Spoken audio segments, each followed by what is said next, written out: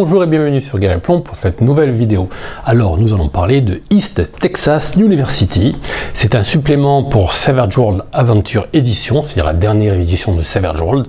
Alors c'est un livret qui va vous permettre de jouer selon les auteurs dans un univers à la Buffy. Alors on va voir que c'est pas tout à fait ça quand même, hein.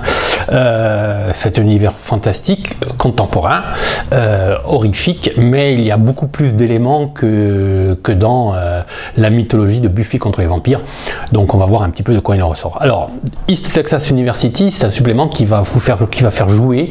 Les personnages vont être des étudiants comme d'université du Texas, comme le dit si bien le titre. Alors la couverture, alors vous voyez que le format est déjà le format de base de cette collection, c'est-à-dire un format A5, très pratique dans les bibliothèques, et couverture rigide. Alors le bouquin fait environ une petite centaine de pages, allez on dira 96 pages, voilà. On va voir qu'à l'intérieur, il y a à la fois de quoi tirer des personnages spécifiques à cet univers et aussi des aides de jeu, des descriptions, etc. sur l'univers, mais qui va nécessiter probablement des recherches de votre part, meneur de jeu, parce qu'il n'y a pas tout. En fait, c'est un bouquin qui est fait vraiment à la base pour des Américains, donc les Américains connaissent bien le cursus universitaire. Le nôtre n'est pas tout à fait le même. Donc ici, il y a des raccourcis qui sont pris qui vont parfois peut-être, si vous ne connaissez pas le cursus universitaire américain, vous paraître un peu obscur quand même, hein. Mais bon, il n'y a rien d'insurmontable là-dedans. Alors voilà, on va commencer alors c'est un petit peu glacé, hein, comme toute la collection de Savage Worlds, hein, chez Black Book Edition. On vous explique les protagonistes. Alors, vous jouez principalement des étudiants. Alors, rien ne vous empêche de jouer des personnages qui vivent dans les alentours ou même sur le campus. Mais le but du jeu, c'est quand même vous faire interpréter à vos joueurs des étudiants de cette université, car vous allez voir à l'intérieur, il y a quand même quelques petits détails qui sont assez intéressants, comme le fait de pouvoir passer des partiels en fait, hein. Vous allez voir une progression qui est faite tous les 6 mois par des examens. Vous allez passer, les joueurs vont passer l'examen pour voir s'ils passent de degrés dans la fac. Bon, vous voyez que c'est assez sympathique. Alors ça se joue la ville, c'est Pine Box. Alors comme beaucoup de villes américaines et même chez nous, parce qu'ici par chez moi l'université amène une grande population à la petite ville qui est l'université de Corté. Là c'est un petit peu pareil. Aux États-Unis souvent il y a plus d'étudiants que dans la petite ville à côté, quoi. Donc là ça fait une espèce de ville dans la ville en fait, qui est représentée à la fois par la population estudiantine, mais aussi tous les gens qui travaillent dans l'université et qui font marcher l'économie de la région. Voilà, alors les protagonistes, c'est des étudiants. Voilà, hein. Alors, il vous explique un petit peu ce qu'est l'East Texas University, hein. Vous avez quelques petits détails. La ville de Pine Box, alors on imagine le Texas comme un grand désert, mais ici, vous allez voir que contrairement à ce qu'on pense, le Texas, ce n'est pas que des zones désertiques où les Mustangs galopent sur les Indiens. Ici, le Pine Box, c'est une ville qui est en bordure d'une grande zone forestière, où il peut se passer énormément de choses. Alors là, vous allez parler texan. Alors ça, c'est assez amusant. Alors ils se sont vraiment amusés à traduire certaines expressions texanes, comme certaines m'ont fait bien rigoler quand même. Alors il y en a qui sont vraiment il est aussi affûté que de la purée, ça veut dire il n'a pas inventé le fil à couper le beurre, par exemple. Voilà. Alors vous allez voir qu'ici aussi, à l'intérieur aussi, il y a quelques petits trucs qui m'ont gêné dans la traduction, mais c'est vraiment des petits détails, notamment pour ce qui concerne l'équipe de foot américain, le stade, les Ravens, le Raven. Bon, il y a beaucoup de petites choses qui font qu'on a des recoupements qui sont parfois un petit peu faciles et qui ont tendance à embrouiller un petit peu le lecteur. Alors là, vous avez les personnages, la partie dédiée à la création de personnages. Alors la création de personnages, c'est la même qu'en Savage Worlds, attention, hein. La seule différence, c'est comme dans tout supplément de Savage Worlds, vous avez des atouts et des handicaps qui sont spécifiques à cet univers, voilà, et des types de personnages évidemment qui sont particuliers, voilà. Donc là vous avez l'acteur, l'interprète, l'activiste, l'autochtone, le chercheur, l'enfant terrible, le journaliste. Alors là vous voyez que c'est que des petites idées d'interprétation, hein. Il n'y a pas de modification de caractéristiques ou quoi que ce soit, hein. Donc c'est vraiment pour vous donner des idées de personnages. Alors le système universitaire américain, vous pouvez, vous avez voilà, les Ravens de l'université, c'est la mascotte, l'équipe de foot, les Ravens comme ceux de Baltimore. Vous avez même le chant des supporters, c'est très amusant. Vous avez qu'est-ce qu'un freshman, première année, le sophomore, le junior, etc. Alors là, comme je vous ai dit, c'est vraiment succinct, hein. Si vous allez voir peut-être de devoir faire quelques petites recherches si des joueurs vont chercher à vous poser quelques calls sur internet. Alors les fraternités et sororités, alors ça c'est amusant, vous pouvez créer, en tirant des cartes, vous pouvez tirer votre propre sororité ou fraternité en chantant des cartes. Vous avez l'échelon, alpha, bêta, omicron, pi, et vous avez aussi le type d'organisation, hein, que vous pouvez tirer aussi. Alors rien ne vous empêche de le créer vous-même, hein, mais ça peut aider. Et on se fie un petit peu au hasard aussi. Alors là, voilà les nouveaux handicaps. Voilà, vous avez les listes des nouveaux handicaps. Alors, il y a du fantastique, hein. Donc vous allez voir qu'il y a de la magie surtout. Voilà. On va voir un petit peu ça.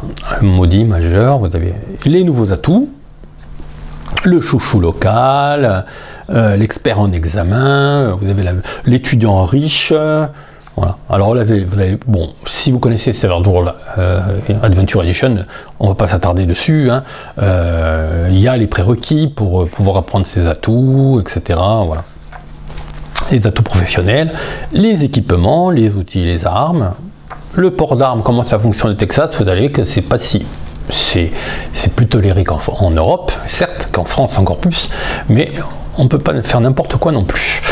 Alors les courses, vous avez les prix avec les prix de vos différents appareils, l'appareil photo, vous avez le couteau de boucher par exemple, voilà. Vous avez pas mal de petits trucs assez rigolos.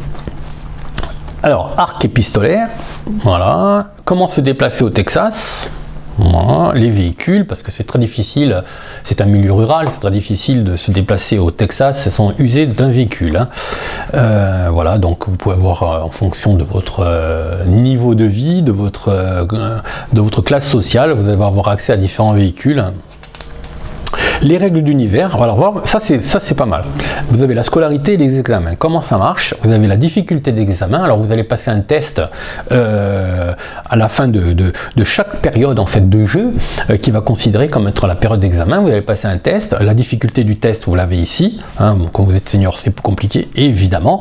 Et en fonction du jet de dés que vous allez faire, vous allez soit avoir votre examen, soit le rater complètement, soit prendre de retard pour pouvoir repasser votre concours un peu plus tard, etc.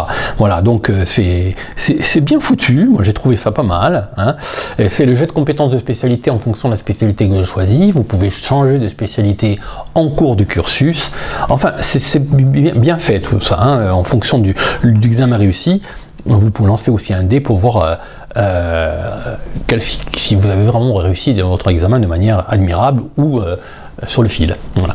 Alors les activités extrascolaires qui sont importantes dans la vie d'un étudiant, donc pour gagner un petit peu de sous, voilà, comme l'artiste interprète, vous pouvez faire du bénévolat, vous pouvez vous entraîner, en faisant du sport, vous pouvez faire du fitness, etc. Et tout ça va vous amener quelques petits avantages dans vos cursus. Ça peut même vous amener des atouts. Voilà. Ici, vous avez le guide de Pinebox. Alors, vous avez l'explication de la ville, mais aussi de l'université avec son campus. Voilà. Vous avez l'histoire de Pinebox, comment ça s'est de la fac, comment la fac s'est construite, pardon. Vous avez un petit explicatif sur la ville, les personnalités notables du coin. Le campus, voilà, un petit plan du campus avec le stade de foot US, le dôme, les différents éléments du campus, les sororités, etc. Voilà.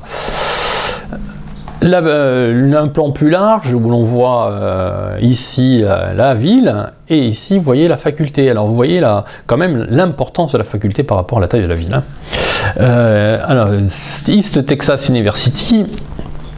là c'est la description de l'université avec qui assure la sécurité, les bâtiments, les différents bâtiments, voilà, les dortoirs, les personnalités qui traînent sur le campus. Voilà. Là on passe au dossier du doyen. Alors là je ne vais pas trop vous lire ce qu'il y a entre les lignes parce que il y a pas mal. Alors les joueurs peuvent le connaître, mais dans chaque petit paragraphe, il y a quelques petits détails que vos joueurs, vaut mieux qu'ils les découvrent au fil de la partie, quoi. Donc on va pas trop s'étarder. Donc on situe d'abord Pinebox, voilà, au Texas, avec ce qui l'entoure, les sites qui sont pas très loin, avec les particularités que le meneur de jeu va pouvoir... alors le meneur de jeu ici, il s'appelle le doyen, voilà, que le doyen va pouvoir étudier pour pouvoir les faire entrer dans ses scénarios, voilà, les lieux remarquables, pas mal de petites choses très sympathiques, comment le maintien de l'ordre, les lieux notables, voilà. Et là vous avez des détails, hein, quand même, vous avez des détails sur les petits éléments, disons, fantastiques qui vont pouvoir meubler vos campagnes et vos scénarios. Les différents, la reine, là vous avez la présentation de différents lieux, la chasse aux monstres. Alors voilà, c'est là qu'on vient avec Buffy. Alors ils disent, bon, quand on lit les résumés, etc., la présentation même commerciale du produit, pour vous jouer style Buffy, c'est pas tout à fait vrai. Moi c'est vrai qu'il y a un petit peu quand même du fantastique à la Buffy, mais on est aussi dans d'autres éléments beaucoup plus noirs, beaucoup plus sombres que l'univers de Buffy, qui reste quand même assez... disons, on va pas dire potage parce que c'est pas tout à fait ça, mais qui reste assez léger et assez teenager, on dira. Là quand même on peut vraiment faire des trucs beaucoup plus sombres, hein, attention, hein. Alors là, la chasse aux monstres, comment on détecte les esprits, les différents, l'eau bénite, etc., les rituels magiques, donc je vais pas m'attarder dessus parce que les joueurs vont le découvrir au fur et à mesure de la partie.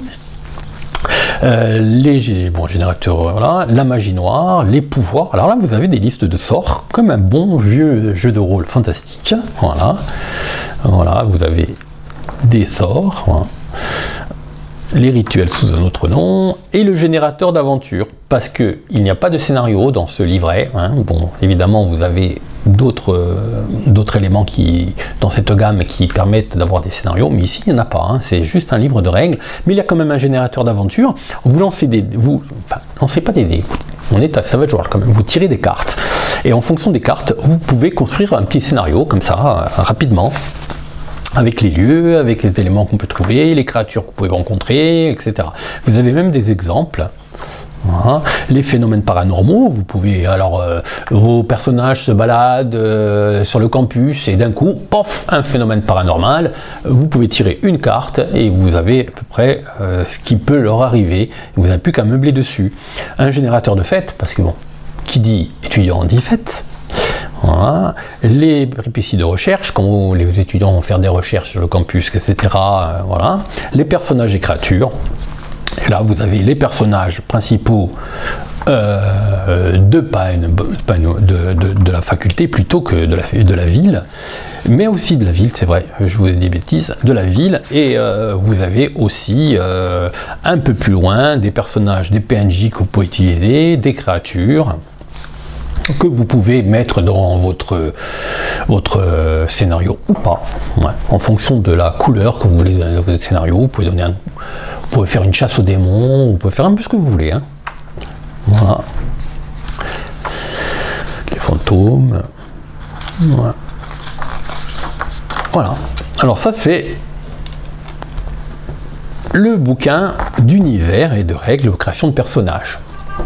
Alors moi j'aime beaucoup, je me suis bien amusé à lire ça, mais comme je vous disais, c'est une jolie porte ouverte à des possibilités, mais il n'empêche que si il y a quelques petites recherches à faire à côté, quelquefois la traduction m'a un petit peu gêné, hein. Bon, je ne vais pas revenir pour donner des exemples, mais moi ce qui m'a gêné c'est surtout sur les Ravens, et puis il y a un ou deux éléments qui sont traduits de manière un peu étrange, enfin bon, c'est pas grave.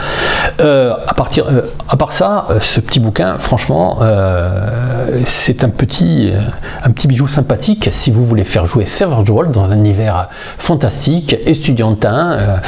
Ça manquait et il est là. Alors voilà, donc c'est Savage Worlds, c'est East Texas University ou ETU.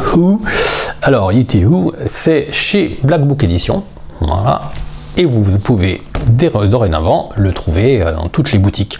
Voilà. Alors si cette petite vidéo vous a plu, n'hésitez pas à les signaler par un petit pouce en l'air, à la partager à vos amis et si ce n'est pas encore déjà fait, à vous abonner bien sûr à la chaîne Gameplay TV. À bientôt.